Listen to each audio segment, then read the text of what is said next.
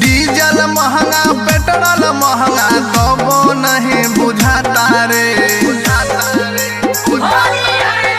Diesel महंगा petrol महंगा कबो नहीं बुझाता रे। असो के होली में न जाने काहे बैगन महंगा बिकाता रे। असो के होली में न जाने काहे बैगन महंगा बिकाता रे। असो के होली में न जाने काहे बैगन महंगा बिकाता रे।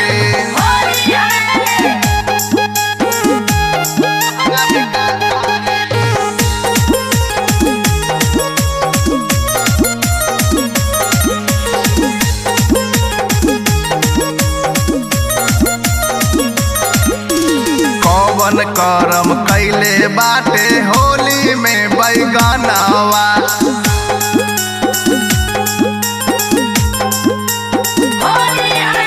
झोरा से निकल के घुस चोली में बैगनवा।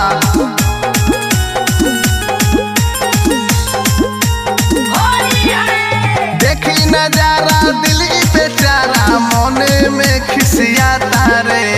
असो के होली में न जाने काहे बैगन महंगा बिकाता रे। असो के होली में न जाने काहे बैगन महंगा बिकाता रे। असो के होली में न जाने काहे बैगन महंगा बिकाता रे।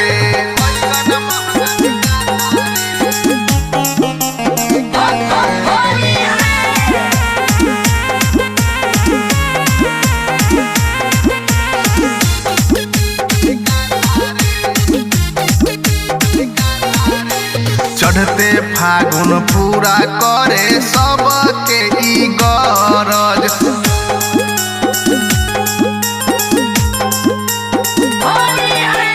होली में निभावताटे मर्द वाला फरज।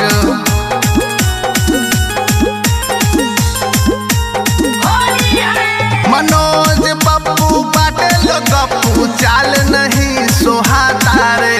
असो के होली में न जाने काहे बैगन महंगा बिकाता रे।